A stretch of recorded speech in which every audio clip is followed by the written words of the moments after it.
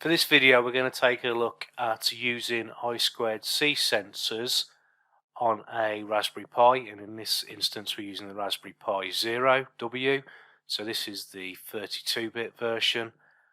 We're going to work up to getting the Python code installed on here and running that from the terminal ready for the next video where we're going to integrate that into Node-RED. What I would say, it's worth going on to I use Pi-Hut, but you can go wherever you want, and getting one of these Breakout connectors. It really helps you. It's like a terminal strip with you need quite a small screwdriver for these, but it makes life a little bit easier when you're testing things. This particular one has the right sticker on. Don't trust the sticker, okay? That's what I would say.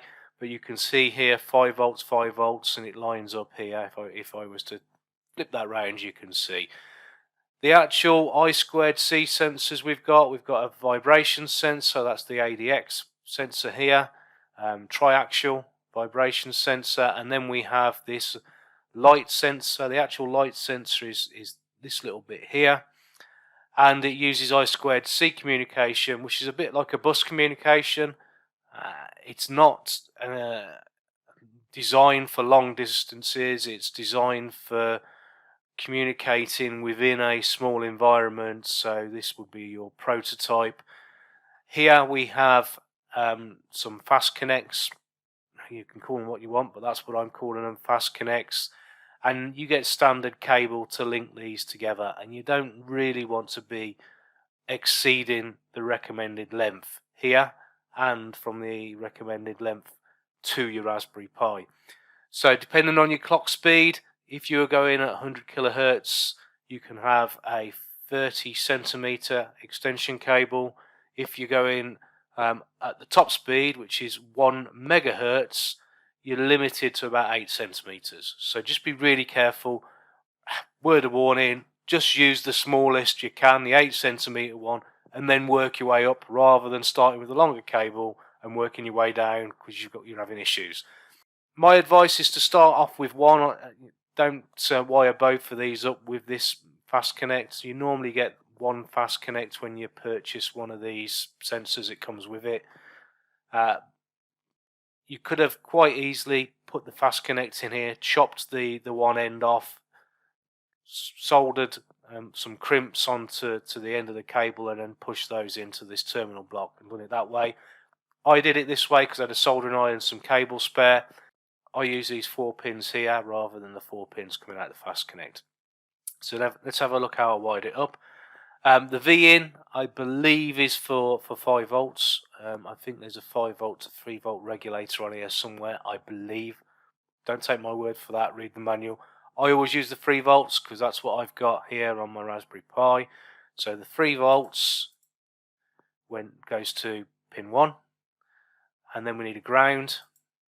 The ground goes to this pin here, pin 9, and then there's no crossover required like you might see on RS-232. You might need to cross over your transmit and receive. It's not required on here. So your SCL goes to the SCL pin, which is pin 5, and then your SDA goes to pin 3. So the pins we've used are pins 1, 3, 5 and 9, and if you're struggling to see where they are, you've got like this mini HDMI cable here.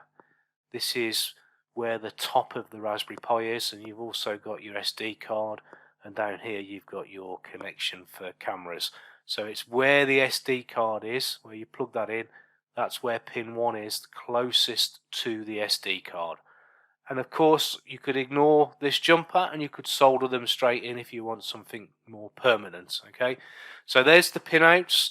The next thing we need to look at is to enable the I2C communication on the Raspberry Pi, because it's not turned on by default. So if you just skip this next step, you'll download the Python code examples and they won't work. So for now, that's the wiring. Let's go on to the next stage. The next step is to enable the I2C comms on your Raspberry Pi. So I've opened my terminal here using PuTTY, and if you type in the command sudo raspi config, you'll get the setup interface. If we go down to interface options, You'll see there I2C or I2C. We can't do a small 2, and then you just have to enable it. Okay. Now on older versions of the Raspberry Pi, once you'd enabled it, you'd have to do a reboot, but it seems that this Bullseye operating system, you definitely don't need to do it. So you click yes, OK, and then when you're finished, just use the arrow keys on your keyboard to go to finish and click enter, and that's it. Now we're ready to install the Python library. So the next step is to install the software onto your Raspberry Pi. So I have the terminal here on the right, and then I've gone to the GitHub repository. I'm looking at the light sensor first. So if we just scroll down, it says you need some dependencies. If you haven't got Python installed, you've got this light version of Python called CircuitPython.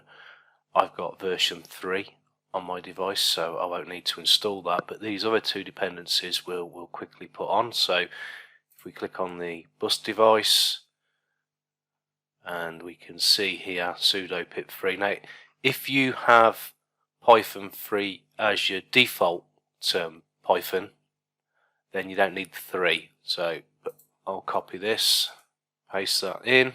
I had an uncomfortable moment of radio silence, but then it probably lasted about 30 seconds and then it went through, and you can see I've already got this dependency already installed, but if it wasn't there, it'd have done that. So the other dependency is this register. So the bus device allows you to be a bit smarter if you have a I2C sensor that we haven't got a library for. So you can start playing around with the I2C commands. So let's install the next one, the register, and then the next one here you can see is the register for Arduino Fruit. So let's copy that, paste. Again, I had this uncomfortable radio silence. I'm just wondering whether it's because I'm actually using a bit of the code in the background that it slows everything down, or whether it's just that I'm on a 32-bit system. I don't know. Again, it went through all this, and you can see requirement already satisfied, so we're happy with that. So the last thing that we need to do is to install the library for the particular device that we're going to start communicating to. So we'll start off with the light sensor. So I'll just clear the screen again over here, and the light sensor there, this is the library for it, and then we can install that. Again, this uncomfortable radio silence seems to be repetitive, but just be patient with it. I think it doesn't matter whether you drop out a terminal, it's still going to install it in the background. But you can see here again that everything is installed. Let's have a look at the real life example. So this is the Python code. So to generate that Python code on this particular version, we don't have a desktop version, so we don't have like a nice Python terminal.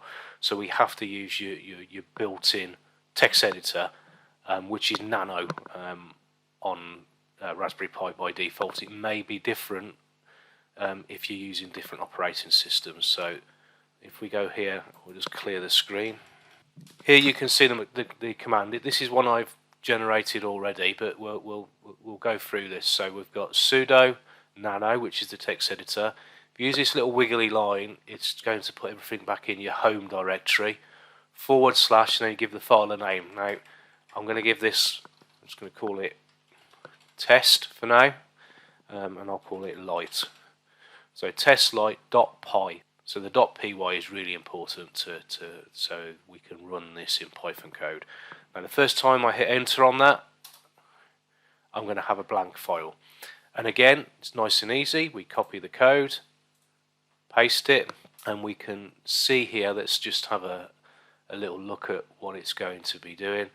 We have a command, it's calling the subroutine, if you want to call it that, where we've got it's reading the values from the light sensor, and then it's going to print those. We're not telling it really what type of format we're going to put it in, so it's probably going to put it in a text string, which isn't ideal, and it's going to do that forever, and it's going to have a pause of 0.1 second. So if I press Control X now to exit, yes, I want to save, and then hit enter. To run the Python code, we type in Python 3. These libraries won't work on Python 2, by the way, so you are going to have to upgrade. And then we put in the name of our text file that we've just generated. Remember, it's case sensitive. So testlight.py, and then hit return. And what this should do is just run the loop, read in the process value from my light. So there we go, ambient light, continuously reading it. If I put my hand over it, is it going to get darker? There we go. So we have now the Python code working. We'll repeat that for the vibration sensor. So just finish off, as I suggested, let's have a look at the vibration sensor. So we have an ADXL 345, but you can see the X, that probably denotes that it covers the whole family.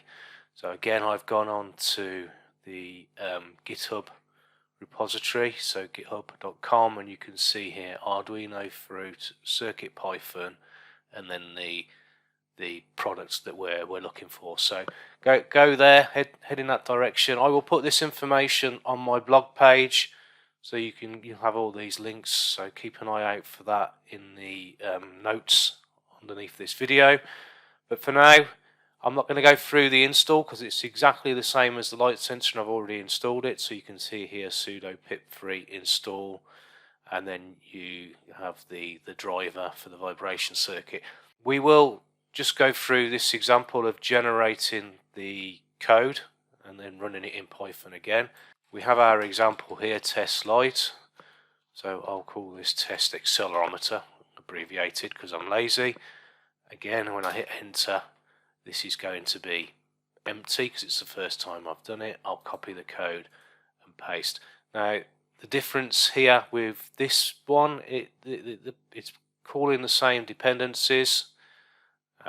This bit of code here, the I2C, where it's setting that up, is exactly the same. It's now calling the accelerometer subroutine, if you like. So accelerometer equals this subroutine, and then it's printing the process values that is generated by that subroutine. But rather than just printing them now, it is printing them as 3 floating point words. And again, it's going to continue doing that. The gap this time is 1 second rather than 0.1. So we'll save that, Control X, yes to save, and then enter to write it to that file, and then call the Python 3 command. And don't forget, we've been putting everything in our home or root directory, if that's what you want to call it, and our file is test accelerometer, ACC. We'll hit enter, and now we're getting the 3 values. A little bit more difficult to simulate, but if I rotate this round and move it, you can see here my values are changing. And this is just a little bit of a bugbear of mine. The decimal points here, it's just ridiculous going to that many decimal points. So very quickly, to finish off, I'll show you how to add the decimal points, so we only go to 2 or 3 decimal points. Before I show you how to put the decimal points on your floating point values, the thing you need to make a note of is once you've started these routines, they're in a continuous loop. I'm not too sure how to break that loop. The easiest way is to close the terminal down and restart it, so you can go back in and do this editing. So that's what I've done. So we'll go back into the text editor and we'll look at this file now, and we can see here we have this command %f.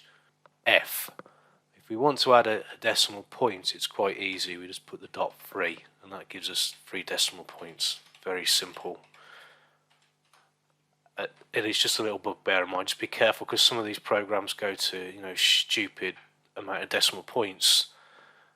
When you actually come to see that in real life, you're basically just looking at noise.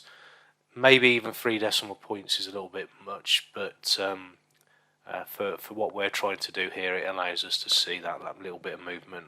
normally I would go for 2 decimal points.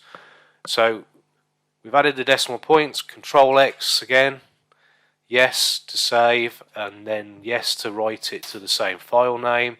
To run the Python code, it's same as before, Python 3.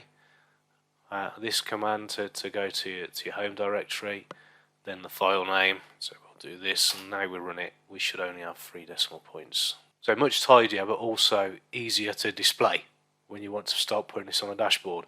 And we're not looking at dashboards in Python, but for now, you know that this is where we've got to. The next few videos we'll see how we can pull this data into Node-RED and use the nice dashboard functionality in Node-RED.